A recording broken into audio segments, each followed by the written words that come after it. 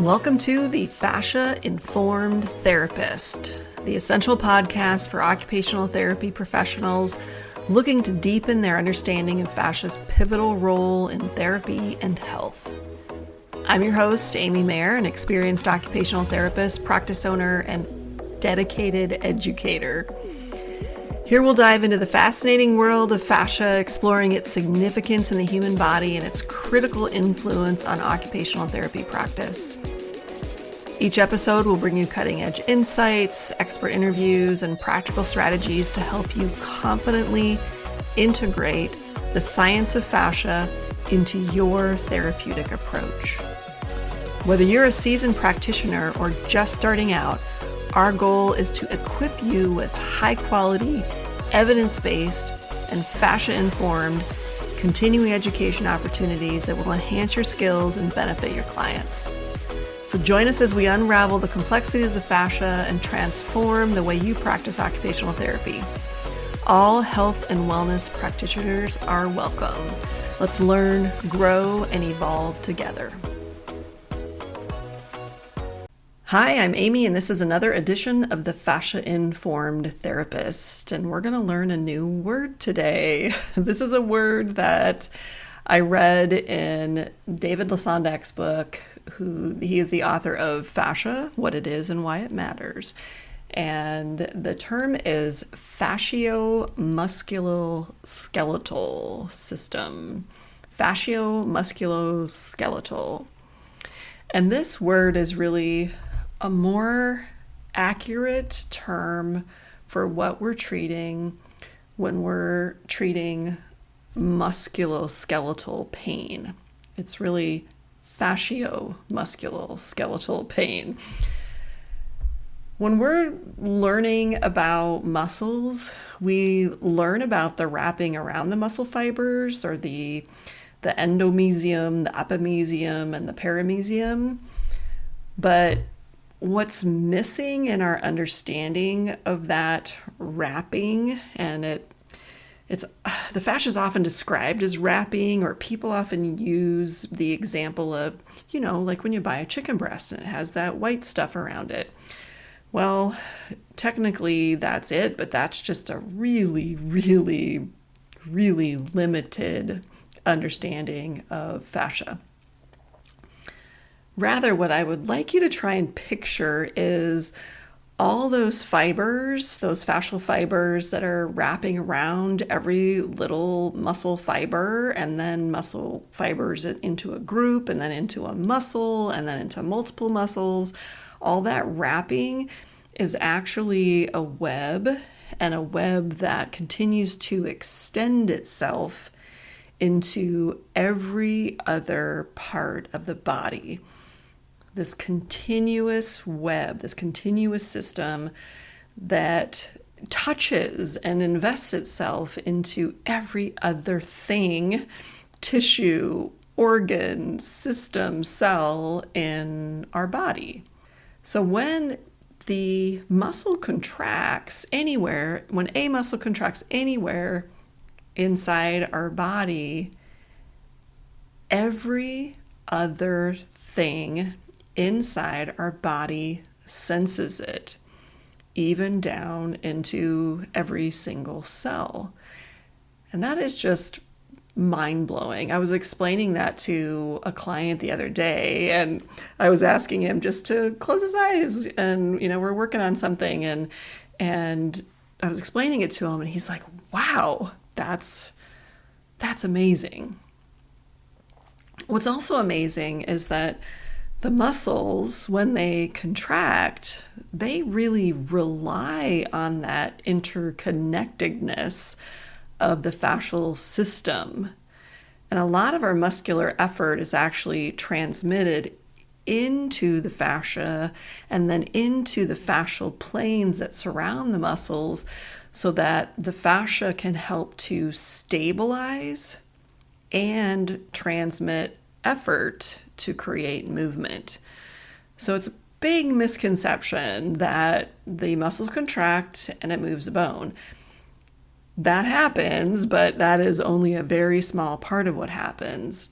over 40% of muscular effort is transmitted into the fascia that pulls into other fascia and then onto the bones to help create movement. It's a really different concept than what we're used to or what we were taught in school.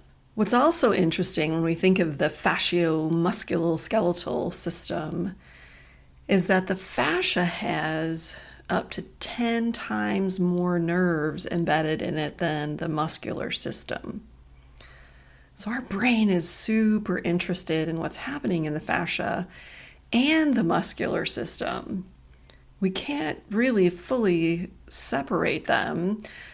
And the National Institute of Health is saying, and I've said this before on the podcast, that most of the pain that we're trying to treat is not musculoskeletal pain, it's myofascial pain. So we really have to start saying, I don't think David Lasondak was really advocating that we start saying fascio-musculoskeletal pain, and that's a word that we really should be adopting, but we really should. It's so much more accurate than musculoskeletal. So we have to think about treating pain as fascio-musculoskeletal or myofascial pain. And that's really what I wanted to talk about today, because pain is so rampant. And I know that's really what my practice is all about, is helping people with pain, even though we get people in that have a lot of other things going on besides pain. But pain is the number one thing that I'm saying that, hey, come here, come see me. I will give you a really different perspective on your body and your experience of pain. And I can give you lots of things to help you figure out where your pain is coming from, because our occupations shape us, our choices and habits and routines shape us and contribute to that experience of pain. And that's a huge part of it. But let's talk about pain first, and just a few statistics to throw out there from the CDC. Over 20% of adults in the United States are dealing with pain on the average. 8% of those adults are experiencing high impact chronic pain, which that means it's essentially limiting some sort of activity that you need or want to do during the day.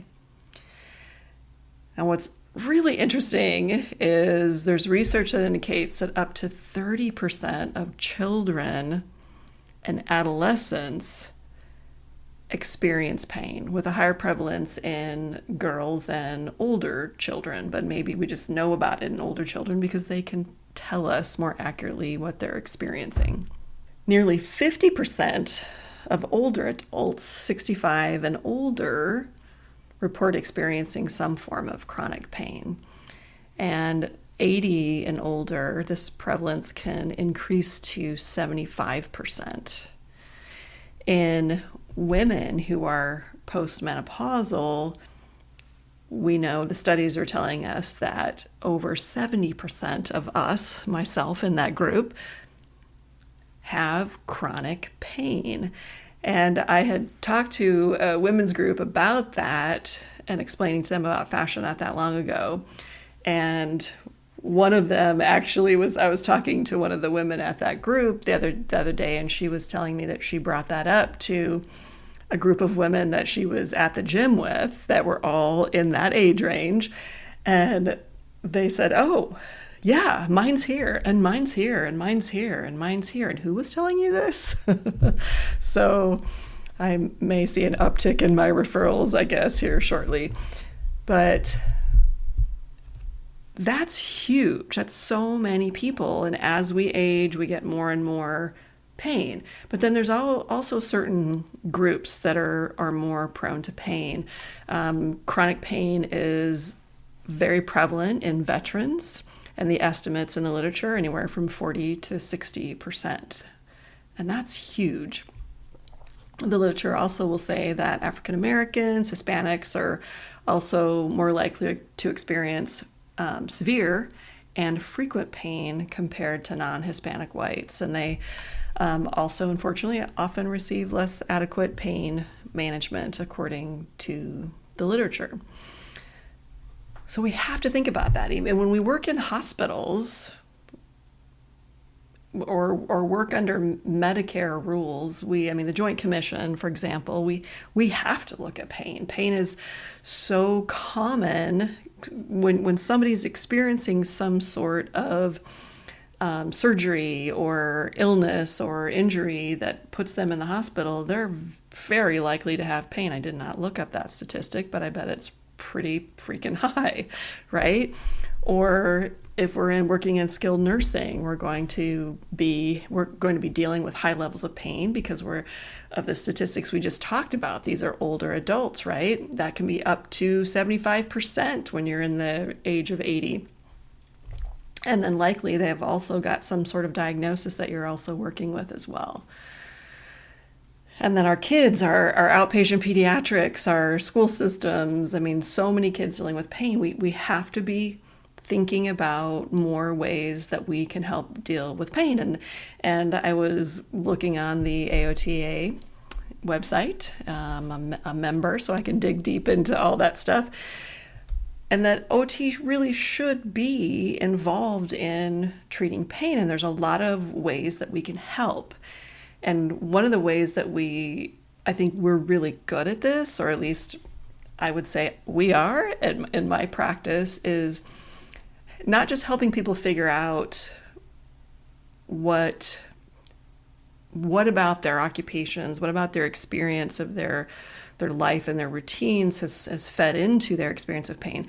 But when you're trying to treat it, trying to break that down and helping them out with what they can do, there's a lot of things we can do. And I really wanted to focus it down to helping them learn how to self-treat. And we're really good at helping them figure out how to build it into their routines. Where does it go in their course of the day, the course of life? And what is the it I'm talking about? Well, let's back up a second and think about what are a lot of the traditional approaches to pain. Of course, the pharmacological approaches are huge, but I'm seeing so many people that want to get away from it because of the dangers associated with a lot of pharmacological options. But also we're finding out more so that a lot of these are affecting the gut microbiome. And so people are wanting to just step back away, even from simple things like ibuprofen, right? They can be very, very helpful. And I'm not saying don't take them, but people want to become less reliant on them. And then, of course, injections and surgeries. I hear every day of clients telling me that I really, really want to avoid surgery. What can I do? Because I think they're seeing that people that they know who have gone ahead and done it aren't getting the outcomes that they were hoping for. Now, it doesn't mean there's plenty of people out there that have surgeries and they've gone great. And I'm not anti-surgery. I'm not anti-much. I am anti some things, but that's not what this podcast is about. But people are wanting to try and avoid anything invasive. There's other traditional approaches like exercise, going to your traditional physical therapy for exercise and movement.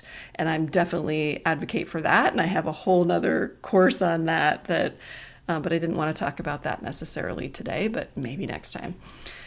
Things like massage, I think, is any kind of hands-on massage, manipulating the body tissues can be really helpful. In many cases, it can be very temporary. But if you can get relief in any way, I think it's a good idea, right? To try whatever helps you to feel good. Acupuncture can be helpful. There's a lot of studies on acupuncture. The use of hot and cold therapies, chiropractic. I think, when I'm talking to my clients and they ask me about, what do you think about chiropractic? Well, there's so many different styles out there to start with. I think the more gentle, the better. But I also tell clients, if you just think about your body and how it works and what we know about the fascial system, your bones really don't move themselves. It's the soft tissue that holds them in place, and tension in the soft tissues can pull bones out of alignment. Or some kind of force could also make them go out of alignment as well.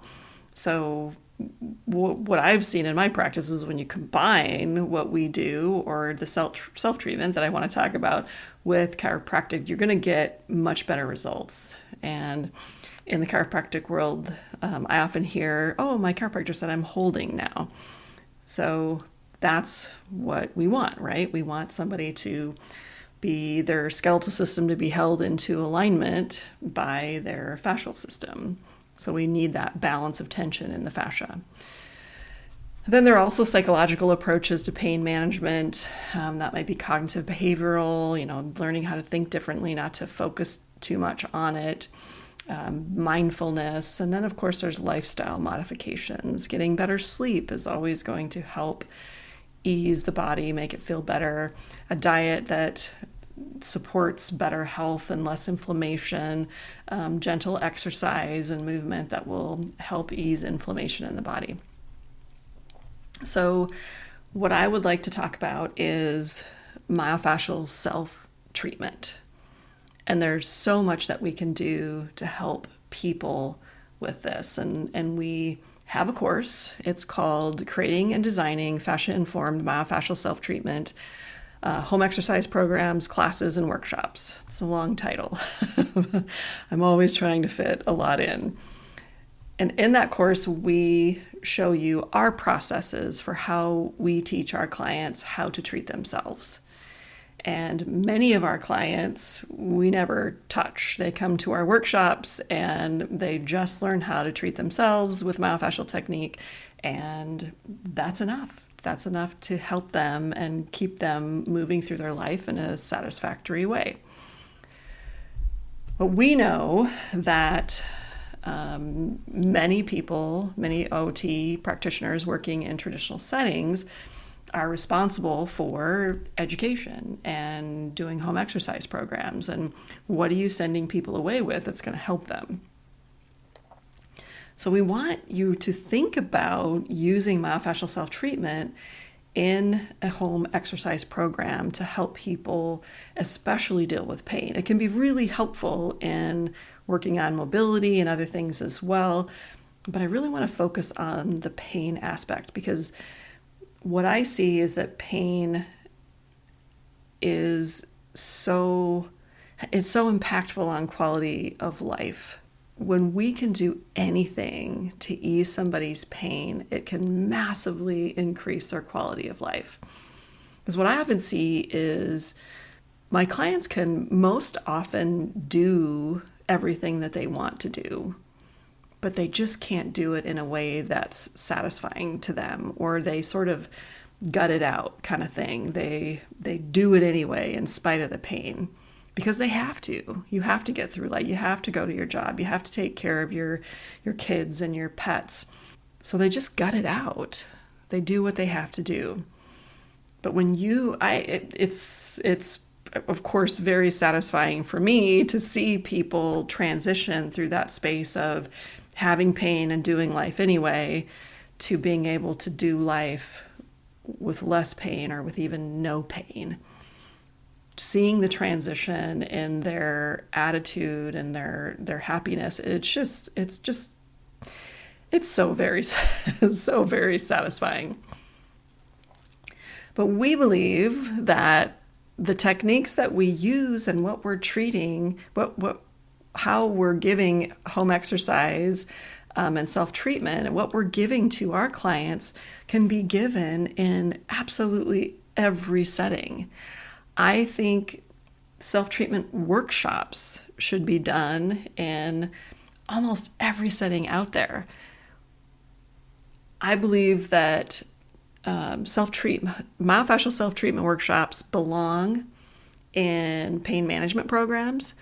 If you're out there and you're part of a pain management program, You should take this class and you should implement something in your setting. It will make a huge difference. You never have to put your hands on anybody, and you can do it in a very trauma-informed way, and it can make a huge difference.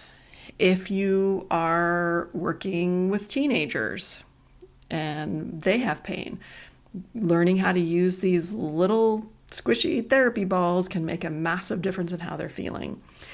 If you're working in skilled nursing and you're getting refusals, people don't want to do the work because they're in pain, then teaching them what they can do sitting in their wheelchair, laying in their bed, you could form a group around it.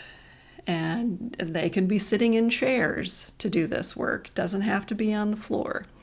Keeping a set of therapy balls in your pocket when you're working in acute care and you've got somebody that's refusing due to pain, you can talk to them about it. Talk to them about where their pain is, what's going on, and if it's appropriate, then showing them how they can use this simple little tool, put a little gentle pressure in there, and it might be just enough. And if anything, you're getting more time with them to educate them and show that caring and build that rapport, and maybe even get them into a chair so you can show them how to use the balls.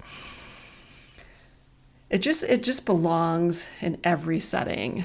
I think even in outpatient hand therapy, you may not be able to use it in the area where the issue is, but using it around through the rib cage or in the upper back to sort of ease that area from not being able to move because you're protecting the hand, or you don't want it to be moved in a certain way. So groups, weekly classes or daily classes in some cases, and home exercise programs, I really think this belongs in pretty much every setting out there. Now, a question is, do you need training in myofascial release to be able to do this? Absolutely not, because you're not putting your hands on people. Rather, you're learning a set of principles that show you how to teach somebody else how to use principles to address their fascial system and self-treat. So it's not a manual therapy technique that you're doing, putting your hands on somebody. You're giving them a tool and teaching them how to use this tool to treat themselves. And the literature says softer is better. And I would say the more fragile the population, the softer tool you want to use. And in our classes, and in the class that we have, we give you links to and pictures of all the different tools that we use and why we use them. But softer is better. And when we think about, like, I was just talking to somebody the other day, and she was telling me that she teaches foam rolling classes in her gym. She just became a personal trainer. She's doing foam rolling classes. And I'm like, oh, okay. Well, what are you using? and foam rolling can be okay, but it can't be with a hard tool. And if you're going to use the principles that we use, rolling is only used to explore, to find the tight spots, and it's prolonged pressure, continuous gentle pressure, that actually helps to make a change in the fascial system. I've also heard many people tell me that in a lot of gyms, they use lacrosse balls. And we had a gentleman at one of our recent level 1 myofascial self-treatment workshops, and he was talking about how his gym uses the lacrosse balls and how he would go get the lacrosse balls and just really grind, I think was the word that he used. And he was amazed after the workshop how much better he felt after using the gentle approach that we used with the squishier balls. And the balls that we use are they have some density to them, but they have some give to them. So if you take your fingers on one hand and press into the thenar eminence on your other hand, that would be a similar density to the balls. And I know that's going to be different on everybody depending on how your body is shaped, but if you kind of squeeze that together and then push into that, then you'll feel about a similar density to the balls that we use.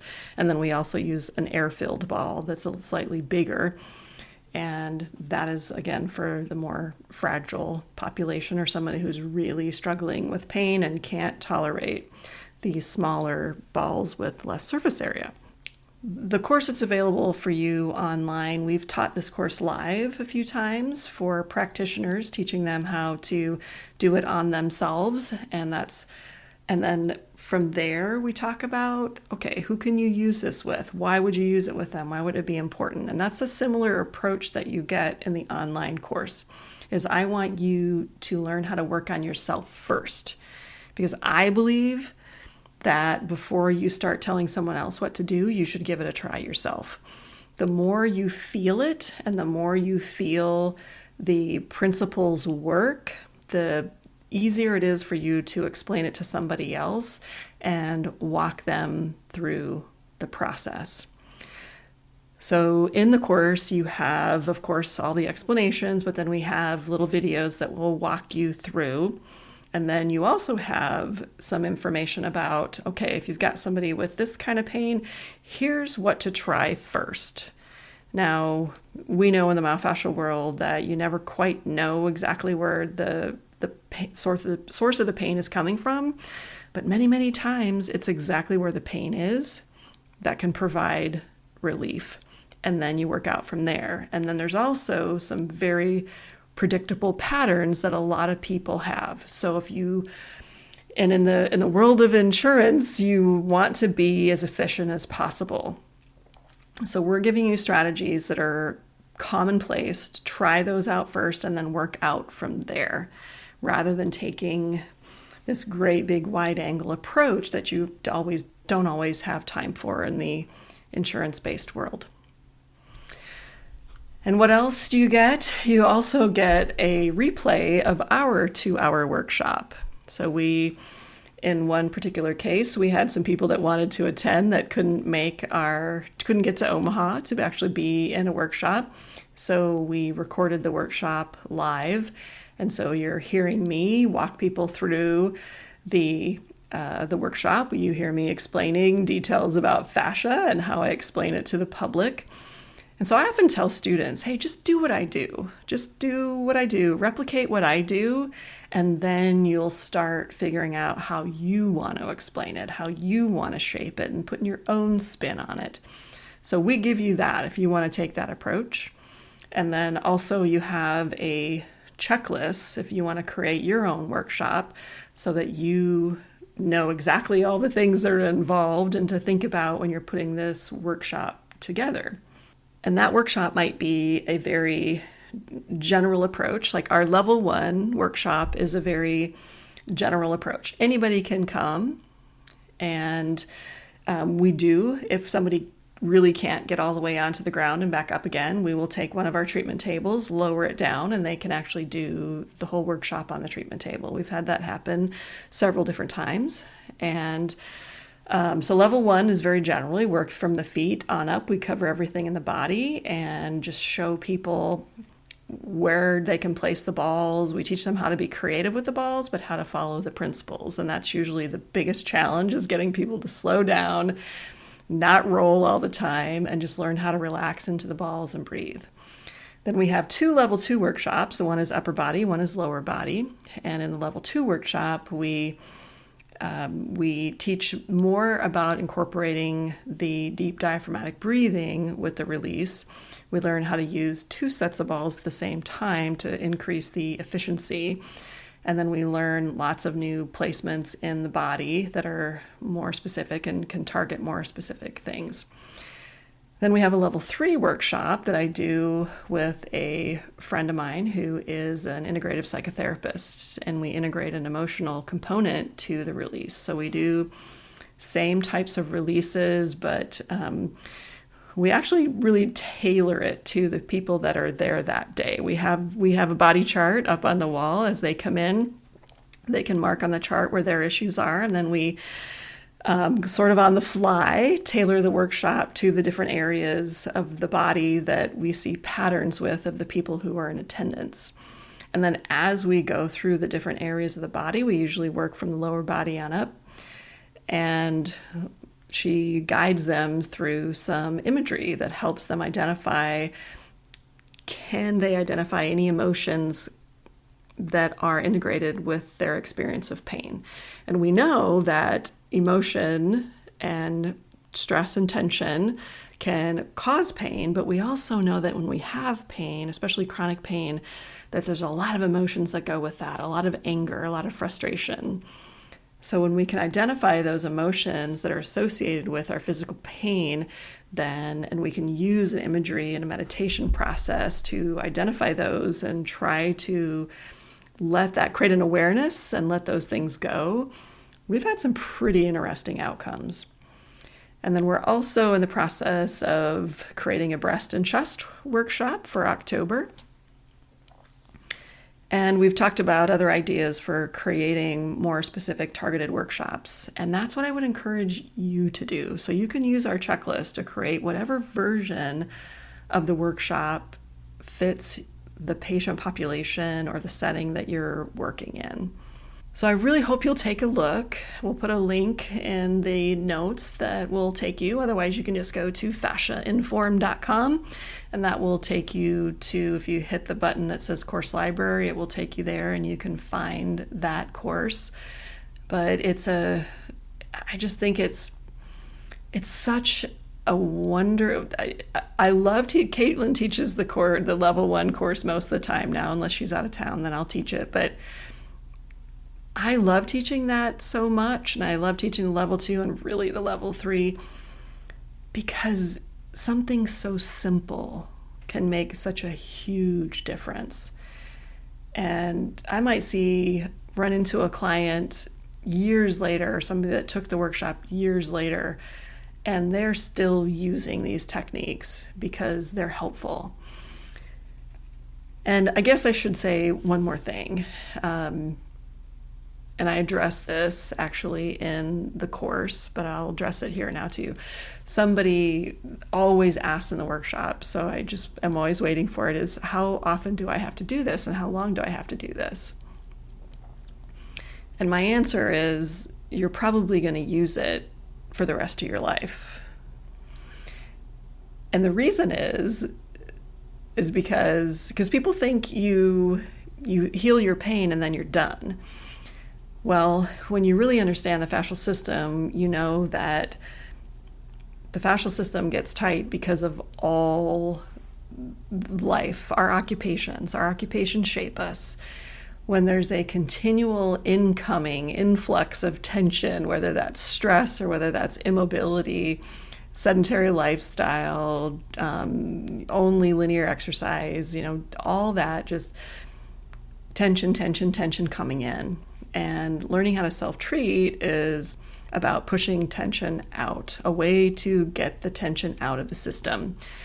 And what you want to find is a balance.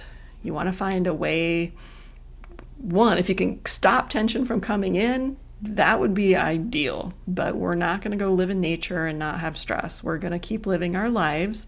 Hopefully we can practice better posture, find better ways to exercise, move more, not compartmentalize our movement. Those are other classes. But when you can use a simple strategy of turning on your Netflix and laying on some little balls for a while and feel better and able to tackle your day, sleep better, or tackle your day tomorrow better, then it's totally worth it. And if you have to keep doing it once in a while for a few minutes every other day or something, people figure out what their own dosage is. It's not a prescription. It's not a protocol. You have to figure out your own dosage, but you can only do that once you learn how to do it. And we talk about that in the class too. So, okay, I hope you'll check that out. And I've also helped coach people into creating their own courses. So there's always the coaching option to get help with integrating or implementing that as well. So thank you so much for listening, and I hope everybody has a wonderful pain-free day. Thanks. Bye.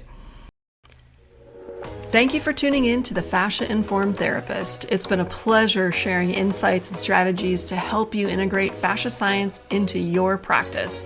I'm Amy Mayer, and I hope today's episode has inspired you to explore further and take your therapeutic skills to the next level. Remember, we're committed to creating and providing top-notch, evidence-based, fascia-informed continuing education that empowers you as an occupational therapy practitioner. Stay connected with us for more enriching content, and don't forget to check out our online courses to deepen your expertise. Until next time, keep expanding your knowledge, refining your skills, and confidently applying the science of fascia to your practice. Here's to advancing together in health and wellness.